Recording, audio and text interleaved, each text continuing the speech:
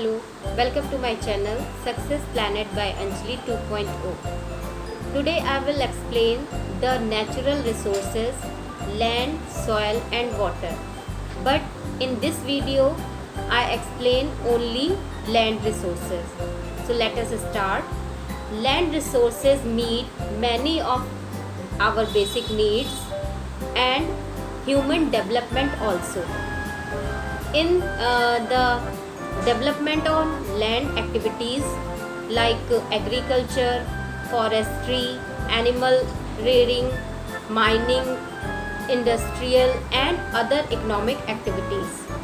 So we can say that land resources is very important for our survival and income also. ठीक है, तो यहाँ पर क्या है कि लैंड रिसोर्सेज जो हैं वो बहुत ही तरह की हमारी नीड्स को पूरा करते हैं, हमारे सर्वाइवल के लिए बहुत ही इम्पॉर्टेंट हैं और साथ ही साथ इनकम के सोर्सेज भी हमें देते हैं, जैसे कि एग्रीकल्चर है, माइनिंग, कैटल रेयरिंग और फॉरेस्ट्री या अदर इकोनॉमिक एक्टिविटीज़। ये सारे इनकम के सोर्सेज होते हैं जो लैंड रिसोर्सेज के द्वारा ही हमें प्राप्त होते हैं। Next topic is land use. The utilization of land by humans for various purposes is known as land use. Means कि land use जो होता है वो किसी भी तरह से land को के utilization से relate करता है। अब ये utilization क्या है वो देखिए कि जो forest के लिए है हमारे पास land area वो लगभग 32% land area है जो forest के अंडर कवर है। 26% जो है वो पैस्चर्स के अंडर कवर है।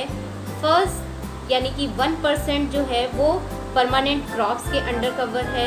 10% जो है एरेबल लैंड्स हैं और 31% लैंड एरिया जो है वो अदर यूजेस के लिए है।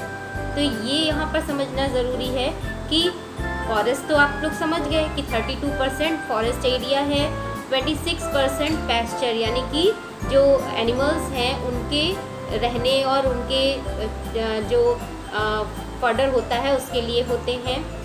1% में परमानेंट क्रॉप्स उगाई जाती हैं, वीट, राइस वगैरह, एंड 10% में एरेबल लैंड होता है जो जिस पे एग्रीकल्चर किया जा सकता है या जिस पे एग्रीकल्चर हो सकता है। उसके अलावा 31% जो है वो अदर यूजेस के लिए यूज़ किया जाता है। तो इस तरह से हमने यहाँ पे देखा कि लैंड एरिया तो बहुत सारा है लेकिन एग्रीकल्चर के पर्पज़ से बहुत कम है क्योंकि अदर एक्टिविटीज़ जो हैं वो बहुत ज़्यादा हो रही हैं। Next topic is factors affecting land use. कौन से फैक्टर्स हैं जो इफ़ेक्ट करते हैं लैंड यूज़ को? वो कई तरह के हो सकते हैं, फिज़िकल, इकोनॉमिक एंड कल्चरल। तो फर्स्ट ऑफ ऑल इसका फर्स्ट जो फैक्टर है द अवेलेबिलिटी ऑफ सरफेस और the ground water, underground water.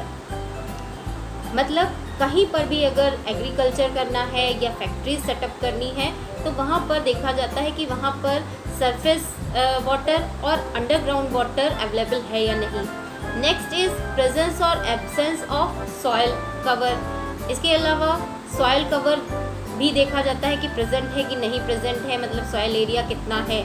Next है slope of land and next the prevailing climate condition. मतलब एग्रीकल्चर के लिए किस तरह का क्लाइमेट चाहिए होता है, जस्ट लाइक कि आप जानते हैं कि प्लेन एरियाज़ में नॉर्मल क्रॉप्स जैसे कि वीट, राइस या पल्सेस प्रोड्यूस की जाती हैं, तो वहाँ का जो क्लाइमेट होता है वहाँ पर नॉर्मल रेनफॉल होती है, इसलिए सब तरह की क्रॉप्स उगाई जाती है। लेकिन जो कोस्टल एरियाज़ होते हैं वहाँ पर बहुत ज़्यादा रेनफॉल होता है, इसलिए वहाँ पर मेनली जो क्रॉप होती है वो राइस की क्रॉप उगाई जाती है। इसी तरह से जो हिली एरियाज़ होते हैं जहाँ पर बारिश होती है लेकिन वो पानी रुक नहीं पाता, इसकी वजह से वहाँ पर ड्राई फ्रूट्स टाइप की जो क्रॉप्स होती हैं वो उगाई जाती है। तो इस तरह से क्लाइमेटिक कंडीशन जो होती है वो लैंड यूज़ के फॉर्म को चेंज कर देती है। नेक्स्ट है the nature of rocks and minerals present in them. इसके अलावा आपको पता है कि मिनरल्स जो हैं या रॉक्स जो हैं वो हर एक जगह पर एक जैसी नहीं होती हैं। कहीं पर सैंड एरियाज़ हैं, कहीं पर हिली एरियाज़ हैं, वैलीज़ हैं। तो ये लैंडफॉर्म के चेंजेस की वजह से और मिनरल्स के जो अवेलेबल हैं उनके चेंज की वजह से भी अफेक्ट करता है लैंड यूज़। नेक्स्ट इज़ है the economic value of the available land. उसके अलावा उस लैंड की इकोनॉमिक वैल्यू क्या है, ये भी बहुत ज़्यादा इम्पॉर्टेंट होती है कि अगर इकोनॉमिक वैल्यू ही नहीं है, डेजर्ट टाइप है, किसी तरह का क्लाइमेट कंडीशन अच्छा नहीं है, वाटर नहीं मिल रहा है, तो वो इकोनॉमिक रूप से वो लैंड उतना अच्छा नहीं माना जाएगा। The quantity and quality of man power. Last is the quantity and quality. तो मैन पावर जो होता है, मतलब जो वहाँ पे लोग पाए जाते हैं रहने वाले, उनकी क्वांटिटी मतलब वो कितनी संख्या में पाए जा रहे हैं, बहुत ज़्यादा क्राउड है या कम लोग पाए जाते हैं, जैसे हिली एरियाज़ में या डेजर्ट एरियाज़ में बहुत कम लोग पाए जाते हैं। और उसके अलावा क्वालिटी का मतलब है कि मैन पावर जो है उसमें टेक्निकल नॉलेज है कि नहीं, स्किल्स हैं या नहीं, इस तरह एजुकेटेड है या नहीं, तो इस तरह की चीज़ें क्वालिटी ऑफ मैन पावर कहलाएगी। तो ये फैक्टर्स हैं जो इफ़ेक्ट कर रहे हैं लैंड यूज़ को। Next is type of land based on ownership. Ownership के बेस्ड पर land to be divided into two parts. First private land and second is community land. Private land is owned by an individual and community land is owned by all over society. Means कि जो private land होता है वो किसी भी individual मतलब किसी भी व्यक्ति की अपनी पर्सनल प्रॉपर्टी होता है, और जो कम्युनिटी लैंड होता है वो पूरी सोसाइटी का मतलब सभी का होता है।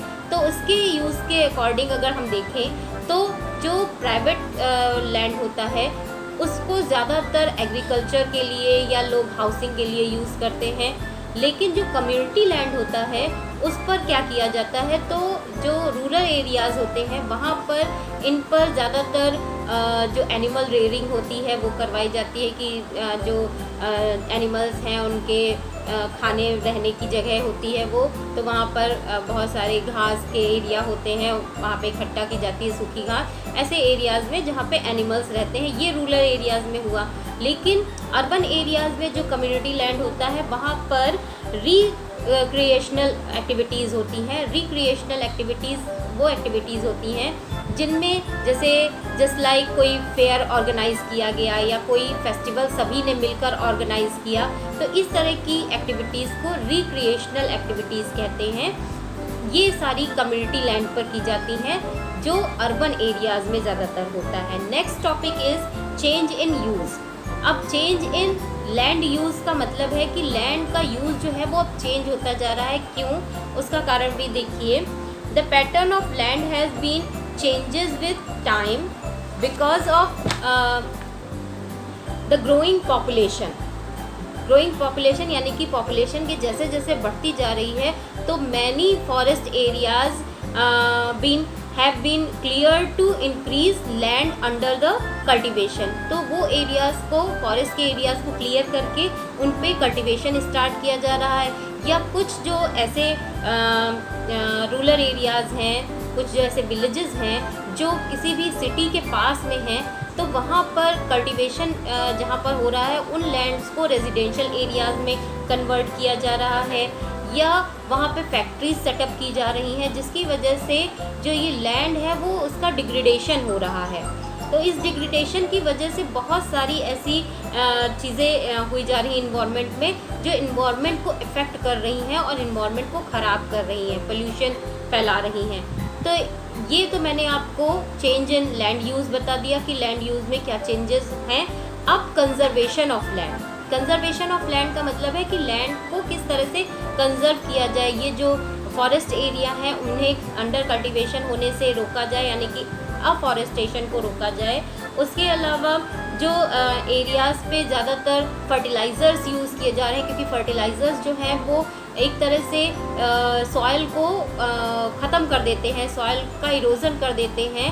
तो बहुत ज़्यादा फर्टिलाइज़र्स का यूज़ ना किया जाए या बायो फर्टिलाइज़र्स का यूज़ किया जाए, पेस्टिसाइड्स का यूज़ किया जाए, और जो कैटल्स की ग्रेजिंग है उस पर भी कंट्रोल किया जाए। तो इन सारी चीज़ों से लैंड एरियाज़ को कंजर्व किया जा सकता है और उन्हें एग्रीकल्चर के लिए बचाया जा सकता है, या फॉरेस्ट को बचाकर भी हम लैंड को कंजर्व कर सकते हैं। आई थिंक आपको ये लैंड रिसोर्सेज जो नेचुरल रिसोर्सेज का एक पार्ट है वो आपको समझ में आ गया होगा। अगर आपको ये सारा इतना पूरा समझ में आ गया हो तो मेरे चैनल को सब्सक्राइब करें, लाइक करें और कमेंट करें। जो लोग मेरे चैनल पर न्यू हैं वो लोग मेरे चैनल को सब्सक्राइब कर सकते हैं, और जिन लोगों ने पहले से सब्सक्राइब कर रखा है वो लोग लाइक और कमेंट ज़रूर करें। कोई अगर मेरे चैनल को शेयर करना चाहता है तो वो किसी को भी शेयर कर सकता है। Thank you.